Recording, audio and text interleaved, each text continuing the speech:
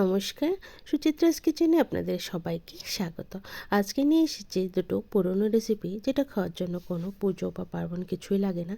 এটা ঠান্ডার দিনে খাওয়া ভীষণই ভালো। তেলের তক্তি আর বাদামের তক্তি। আসুন দেখে নেওয়া যাক আজকের এই রেসিপি।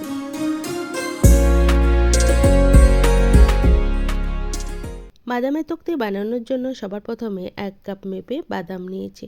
এবার একদম লো ফ্লেমে বাদামগুলোকে ভালো করে ক্রিস্পি করে ভেজে নেব। হাই ফ্লেম দিলে কিন্তু বাদামের খোসাগুলো কালো হয়ে যাবে আর ক্রিস্পি হবে না। এভাবে একদম লো ফ্লেমে 15 থেকে 20 মিনিট সময় লেগেছে আমার এই বাদামগুলো ভাজতে। হাত দিয়ে একটু নাড়াচাড়া করে দেব, তবে খুব সাবধানে। বাদামগুলো ভাজা হয়ে গেছে, এবার একটা থালাতে ঠান্ডা হওয়ার জন্য রেখে দেব।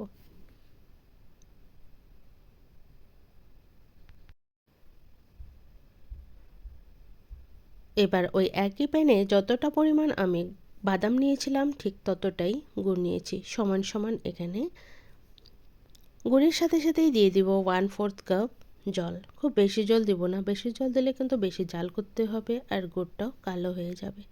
ভালো করে গুড়টাকে গলিয়ে নেব। গুড়টাও আমি হাই ফ্লেমে জাল করব না, মিডিয়াম টু লো ফ্লেমে গুড় ভালো করে জাল করে নেব।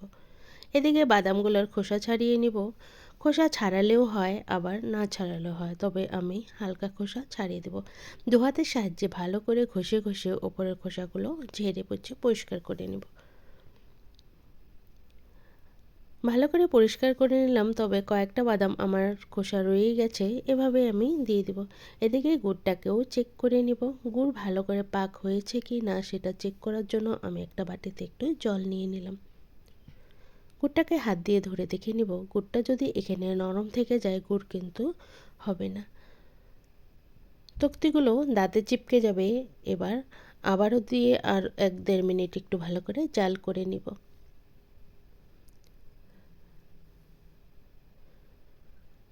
আবারও একটু জলে দিয়ে দিলাম।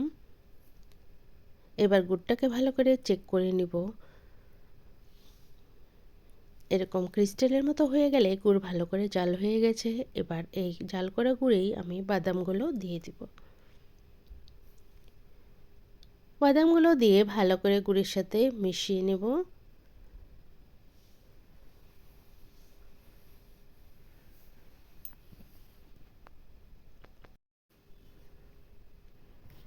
এবার একটা বাটার পেপারে আমি ঘি মেখে নিয়েছি, একটা থালার উপরেই দিয়ে দিব। একটা সাইডে ভালো করে এই গুড়ের মিশ্রণটা দিয়ে দিব।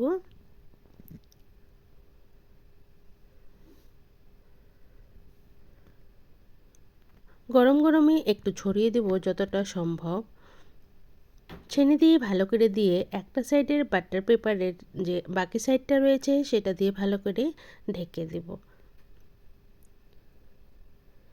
ঢেকে দিয়ে এবার একটা বেলনের সাহায্যে আমি ভালো করে পাতলা করে দিব। যত পাতলা হবে তক্তি খেতে কিন্তু ততই ভালো লাগবে। ভালো করে বেলন দিয়ে চেপে চেপে সুন্দর করে চারোটা সাইড আমি ছড়িয়ে দেব।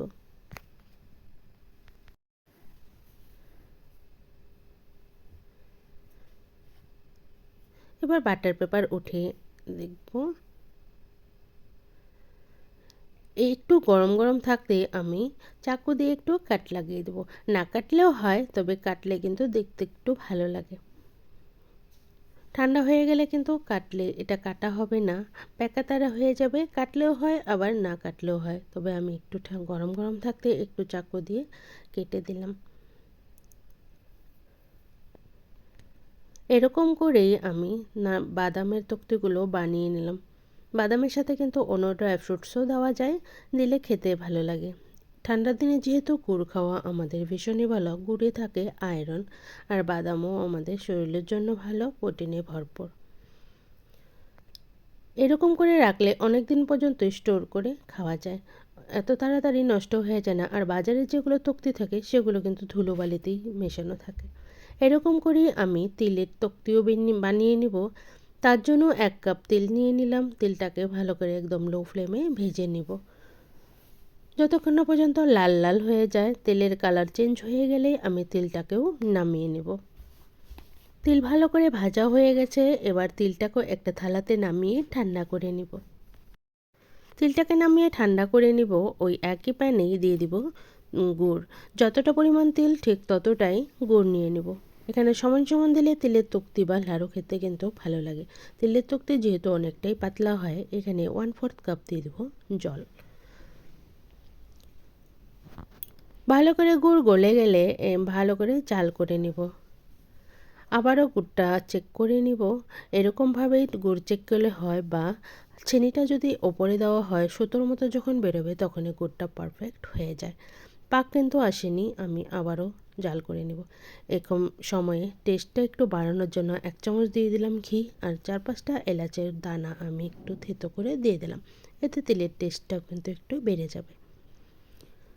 আবারও দেখিয়ে দিলাম একটু বাটিতে জল নিয়ে। গুড় আমার পাক হয়ে গেছে।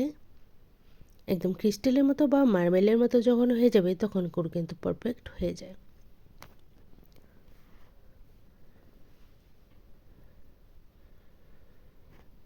এই গুড়েই আবার যে তেলগুলো ভেজে রেখেছিলাম সেই তেলগুলো দিয়ে দিব। তেল দিয়ে ভালো করে মিশিয়ে নেব। গ্যাসের ফ্লেম কিন্তু আমি বন্ধ করিনি, একদম লো ফ্লেমেই আছে। লো ফ্লেমেই ভালো করে মিশিয়ে নেব। ভালো করে মেশানো হয়ে গেলে গ্যাসের ফ্লেম বন্ধ করে আমি একটা থালার পেছনটাতে ঘি মেখে রেখেছি। এখানে কিন্তু আমি বাটার পেপার দিলাম না। বাটার পেপার দিলেও হয়, আবার না দিলেও হয়। আমি এখানে থালার পেছনে ঘি লাগিয়ে নিয়েছি। আর বাকিটা যে রয়েছে সেটা আর আমি লাড্ডু বানিয়ে নেব। বেলুন দিয়ে একটু পাতলা করে দিলাম। তিলের তক্তি যত পাতলা হয় ততই কিন্তু খেতে ভালো লাগে। একটু গরম থাকতে থাকতে কিন্তু লাড়ু পাকাতে হবে, নইলে কিন্তু ঝরঝরে হয়ে যাবে, লাড়ু ভালো হবে না। এর জন্য আমি অল্প নিয়ে নিলাম। এগুলো গরম গরমই হয়, ঠান্ডা হলে শক্ত হয়ে যায়। এগুলো কিন্তু বেশি হলে মানুষ বেশি লাগে, যদি সাথে কেউ থাকে তখনই বেশি করে লাড়ু বানাতে হয়, নইলে লাড়ুগুলো ঝরঝরে হয়ে যায়। এরকম করে সব লাড়ু বানিয়ে নিব, আর তিলের তক্তিটাও একটু কেটে নিব। এটা যেহেতু একটু শক্ত হয়ে গেছে, ঠান্ডা হয়ে গেছে। ঠান্ডার দিনে তেল খাওয়া কিন্তু ভীষণই ভালো। শুধু ঠান্ডা না, গরমের সময়ও। তেলে থাকে ক্যালসিয়ামে ভরপুর, আর গুড় দুটোই কিন্তু ভালো। এগুলো খাওয়া আমাদের বাচ্চা থেকে বড় সবারই জন্যই ভালো। এরকম করে সবগুলো তিলের তক্তিও বানিয়ে নিলাম। একটু পিস পিস করে কাটা থাকলে দেখতেও ভালো লাগে। কয়েকটা ভালোই কাটা হয়েছে, কয়েকটা আবার হয়নি। এরকম করেই সার্ভ করে দিলাম তিলের তক্তি। আজকের এই তিলের তক্তি আর বাদামের তক্তি কেমন লাগলো অবশ্যই জানাবেন। যদি ভালো লাগে আপনারাও কিন্তু এভাবে বানিয়ে খেতে পারেন, যেটা খাওয়া স্বাস্থ্যের পক্ষে ভীষণই ভালো। বাচ্চা থেকে বড় সবার জন্যই ভালো। একটা লাইক করে দিবেন, আর আমার চ্যানেলে নতুন বন্ধু হয়ে থাকলে চ্যানেলটা সাবস্ক্রাইব করার অনুরোধ রইল। পাশে থাকা বেল আইকন অবশ্যই প্রেস করে দিবেন, কারণ আমি চ্যানেলে যখনই কোনো নতুন রেসিপি দেব আপনারা পেয়ে যাবেন। আবারও হাজির হয়ে যাব অন্য কোনো রেসিপি নিয়ে। এবার যে আমি তক্তিগুলো বানিয়েছি সেগুলো আমি একটা ভেঙে দেখাবো। প্রথমেই আমি বাদামের তক্তি নিয়ে নিলাম, আমি ভেঙে দেখাবো। দেখুন যে কতটা ক্রিস্পি হয়েছে, একদম কিন্তু কটকটা হয়েছে, যেটা সবারই কিন্তু ভালো লাগে। তিলের তক্তিও আমি ভেঙে দেখাবো।